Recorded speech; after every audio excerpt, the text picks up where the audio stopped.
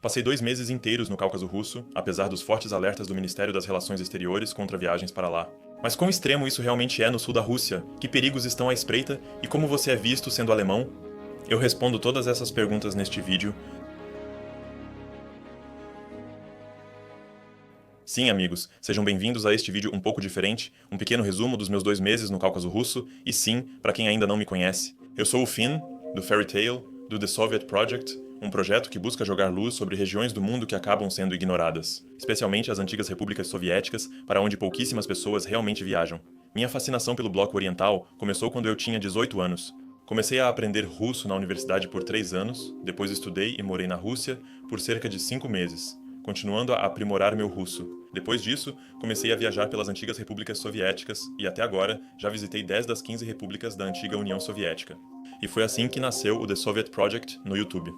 E eu também já visitei algumas repúblicas dentro da própria Rússia. Na Rússia, existem 22 repúblicas constituintes.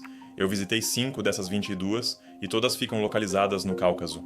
E, segundo a mídia, isso também é visto como algo totalmente fora do comum. É considerada a região mais perigosa de toda a Rússia, a mais crítica, uma área que as pessoas são fortemente aconselhadas a não visitar. E foi justamente por isso que eu quis fazer mais esse pequeno resumo aqui. Como foi meu tempo no Cáucaso? Pegue a pipoca. Vamos começar pelas 5 repúblicas do Cáucaso que eu visitei. Minha jornada começou em Kabardino-Balkária, uma república fascinante da qual a maioria das pessoas provavelmente nunca ouviu falar. Kabardinos, balcários e russos vivem lá. Os balcários são de origem turcomana, então a língua deles se parece bastante com o turco. Kabardino-Balkária também é famosa pelo Monte Elbrus, a montanha mais alta da Europa, com pouco menos de 6.000 metros de altura. Na verdade, cerca de 5.600 metros, e só isso já torna a paisagem natural extremamente impressionante. Mas chega de curiosidades, deixa eu contar minhas experiências pessoais. Eu cheguei ao aeroporto e foi simplesmente insano. Era o menor aeroporto que eu já vi na vida, basicamente um galpão pequeno com uma única esteira de bagagem. Então era realmente absurdo o quão pequeno aquele aeroporto era. A capital também foi muito interessante, porque parecia uma cidade em transição. A cidade inteira era praticamente um enorme canteiro de obras. Obras por todos os lados, barulho por toda parte, perfurações em todos os cantos. O vídeo sobre Kabardino-Balkária ainda não foi lançado. E é por isso que você ainda não conhece essa experiência, mas é uma região extremamente fascinante.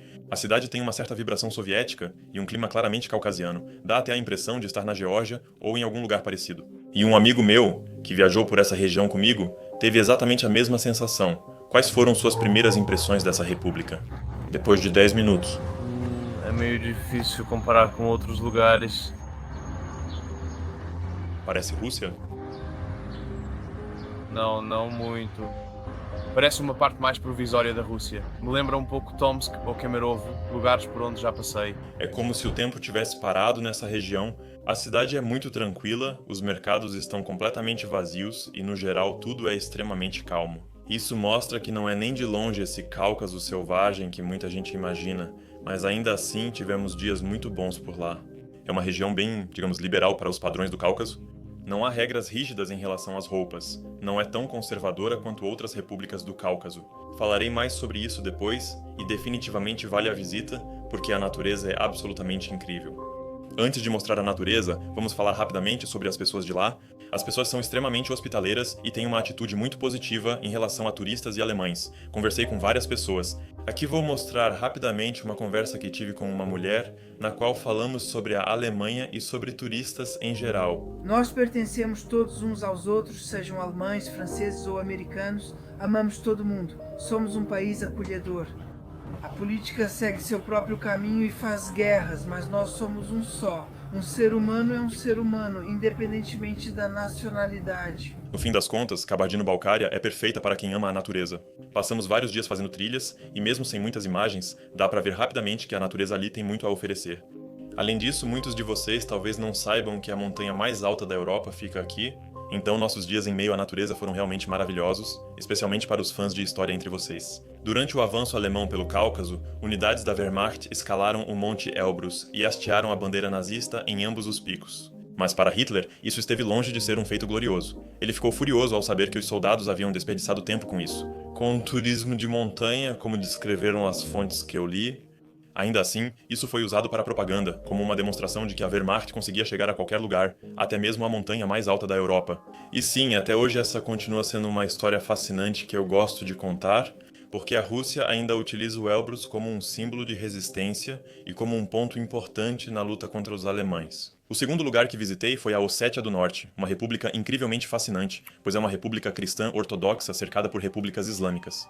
Eu me senti extremamente à vontade nessa república, especialmente porque quando você passa meses em repúblicas islâmicas, precisa seguir muitas regras e costumes que são bastante diferentes do que está acostumado. Por isso, foi muito agradável estar em uma região cristã.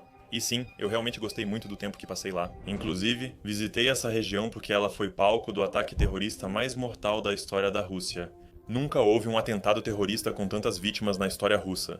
Mas o que exatamente aconteceu? No primeiro dia do ano letivo, extremistas chechenos e ingushes invadiram uma escola na pequena cidade de Beslan, na Ossétia do Norte. Mais de 1.100 pessoas foram mantidas reféns por 3 dias, incluindo mais de 800 crianças. E é preciso imaginar todas aquelas crianças e também os adultos. Professores e alunos estavam confinados naquele pequeno ginásio. Bombas foram colocadas por toda parte, e no terceiro dia, uma dessas bombas explodiu. A situação saiu completamente do controle, e todas as forças policiais e militares posicionadas do lado de fora da escola intervieram. No final, mais de 300 pessoas morreram, a maioria delas crianças. É especialmente cruel que a maioria das vítimas tenha sido crianças. Não quero dar spoilers, já que o vídeo ainda não foi lançado. É um tema tão pesado que eu tenho dificuldade até para editar e trabalhar nesse vídeo. O que torna esse vídeo especial é que eu conheci pessoalmente uma das vítimas que foi mantida refém naquela escola. Pessoal, eu acabei de conhecer uma das vítimas desse ataque terrorista à escola, alguém que viveu esse horror há mais de 20 anos. Ela foi uma das reféns naquele dia. As crianças estavam no ginásio. Sim, ao todo eram cerca de 1.300 pessoas. E você também estava lá dentro naquele dia? Sim. Que pesadelo. Naquela época, ela ainda era adolescente. Hoje, décadas se passaram, e ela falou comigo sobre o que viveu. Ela ficou traumatizada por muitos anos. E ela é uma mulher maravilhosa, um dos encontros mais marcantes que já tive em todas as minhas viagens. A Fátima foi incrivelmente aberta. Ela me convidou para a casa dela para conhecer a família e compartilhou uma refeição comigo. Tive a oportunidade de conhecer o marido dela, que é diretor de cinema e já produziu 2 filmes sobre essa tragédia. E a própria escola é algo realmente impactante. Bichos de pelúcia por todos os lados e tudo ainda está quase exatamente como era naquela época. É possível ver o sofrimento, perceber as condições e ter uma noção clara de quão terrível tudo aquilo foi.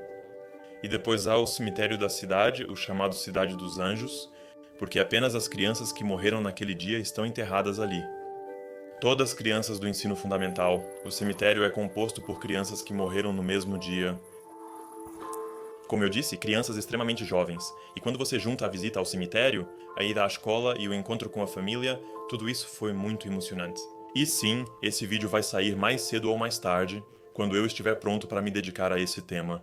Eu visitei apenas Beslan nessa república, então não conheci Vladikavkaz nem outras cidades mais conhecidas da região.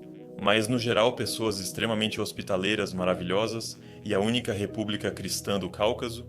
Em terceiro lugar, estive na República da Ingushétia. Segundo muitas fontes, a Ingushétia é considerada tanto a república mais conservadora quanto a mais pobre da Rússia. E isso foi algo completamente diferente da Ossétia do Norte ou da Kabardino-Balcária. É uma cultura islâmica altamente conservadora, então existem muitas regras. Como homem, não é permitido usar bermuda ou camiseta regata, e como mulher, é preciso usar vestidos o tempo todo. Existem papéis de gênero muito bem definidos. Os homens geralmente trabalham e as mulheres são vistas como responsáveis pela cozinha e pela casa. E isso é algo que se percebe claramente. É uma cultura muito masculina, há uma certa energia no ar. Você sente um nível específico de respeito nessa república, algo que achei bastante interessante. As pessoas foram muito hospitaleiras, conheci vários ingushes, mas claro, é um contraste extremo em relação ao que eu tinha visto antes na Rússia. Ainda assim, no geral, preciso dizer que é uma república fascinante, porque você tem uma capital muito bem cuidada, extremamente limpa e uma ótima infraestrutura, especialmente no que diz respeito às estradas. Você não sente que está na república mais pobre, mas ainda assim, eu não consegui realmente me adaptar a ela. Existem muitas regras. Como homem estrangeiro, por exemplo, você não pode falar com mulheres ingushes. Isso é proibido, ou é preciso pedir permissão ao marido antes. Isso é algo bastante distante da realidade da maioria de nós no Ocidente, eu diria, mas por alguns dias, claro, não chega a ser um problema. A região é muito singular, também houve períodos de sequestro de noivas, ou seja, homens raptavam mulheres para se casar com elas. Isso porque, muitas vezes, havia resistência por parte da família da noiva. Então é realmente uma região especial, ainda muito hospitaleira, com uma culinária excelente. O que mais posso dizer? Assista ao vídeo para mais detalhes. Os vídeos sobre as outras repúblicas estão linkados na descrição. Claro, eu também filmei na Ingushétia. Em quarto lugar, estive na Chechênia, provavelmente a região mais famosa do Cáucaso, por ser considerada a mais perigosa. E sim, fui para lá com bastante respeito. A região foi marcada pelo extremismo no passado. Também houve 2 guerras chechenas em tempos mais recentes, sendo que a última durou até 2009. Durante essa guerra, Grozny, a capital, foi bombardeada até virar escombros. Praticamente nada restou, e como consequência, as condições de vida eram extremamente duras. Hoje, no entanto, a capital passou por uma forte modernização. Há um shopping moderno, mesquitas muito bonitas e uma cidade com infraestrutura sólida. E não sou só eu dizendo isso, é realmente assim, fique à vontade para pesquisar. Atualmente, a Chechênia é uma região bem desenvolvida dentro do Cáucaso, especialmente porque muito dinheiro tem sido investido para fortalecer a coesão social. Afinal, eles não querem outro conflito como o que durou até 2009. A Chechênia é governada por Ramzan Kadyrov. Na prática, é um estado dentro do estado, uma região considerada estável hoje, mas também uma das mais autoritárias do país. Como eu disse, fui alertado inúmeras vezes sobre essa região por amigos da Rússia, familiares e conhecidos. E preciso dizer que me senti extremamente seguro na Chechênia. Você vê crianças brincando do lado de fora até 10 ou 11 da noite, mulheres caminhando pelas ruas. Até perto da meia-noite, é uma comunidade muito unida. Tive a sensação de que todo mundo conhece todo mundo. Em nenhum momento me senti inseguro. Eu estava viajando com meu amigo Mansur, e ele me explicou as regras com muita clareza, o que foi realmente interessante. Turistas definitivamente não precisam se preocupar se seguirem as regras daqui. Não andem de regata, usem calça comum, camiseta ou camisa e não se aproximem das nossas garotas.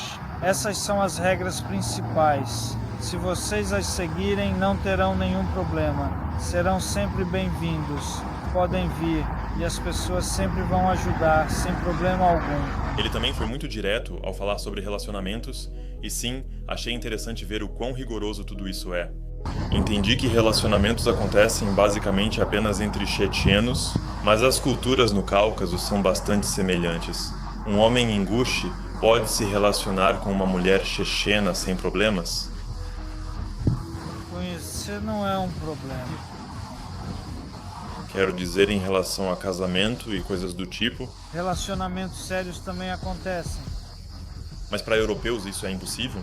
Isso é completamente impossível. Chechenos normalmente se casam com outros chechenos. Sendo bem honesto, muitos dos valores vividos nessas repúblicas não me parecem naturais, pessoalmente. Mas, como eu viajo muito e já visitei quase 50 países, aprendi a deixar de lado meu etnocentrismo, se é que podemos chamar assim.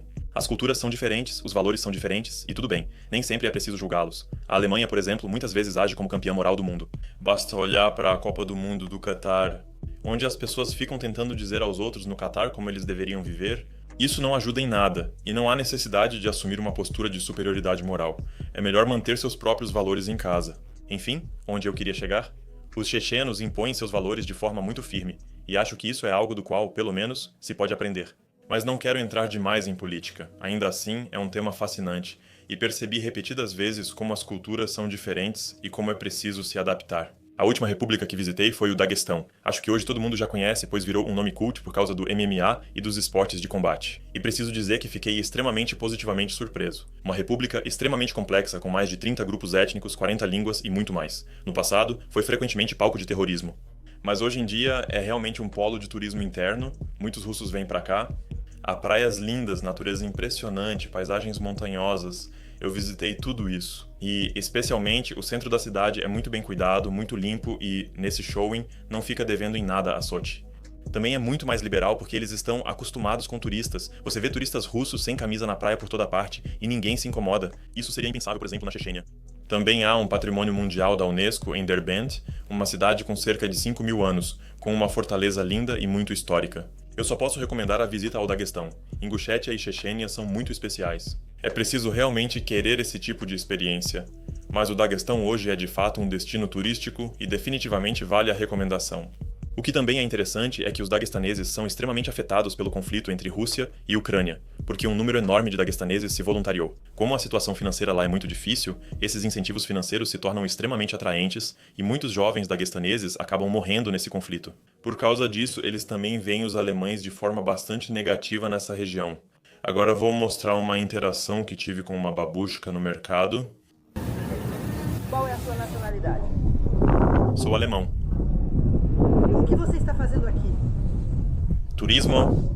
Os alemães estão lutando e nos matando. Nós somos pessoas amigáveis, isso é política. Vocês não são amigáveis, não queremos vocês aqui. Mas eu sou amigável. Vocês têm um país muito bonito. E o nosso povo é bondoso, mas os seus políticos são cobras. Eles não são normais. O chanceler parece um demônio. O que ele quer de nós? Vocês têm comida, têm roupas, um teto sobre a cabeça. O que ele quer de nós e ainda assim nos ataca? É simplesmente inacreditável que eles consigam sentar aí e viver consigo mesmos. Bom, tenham um bom dia.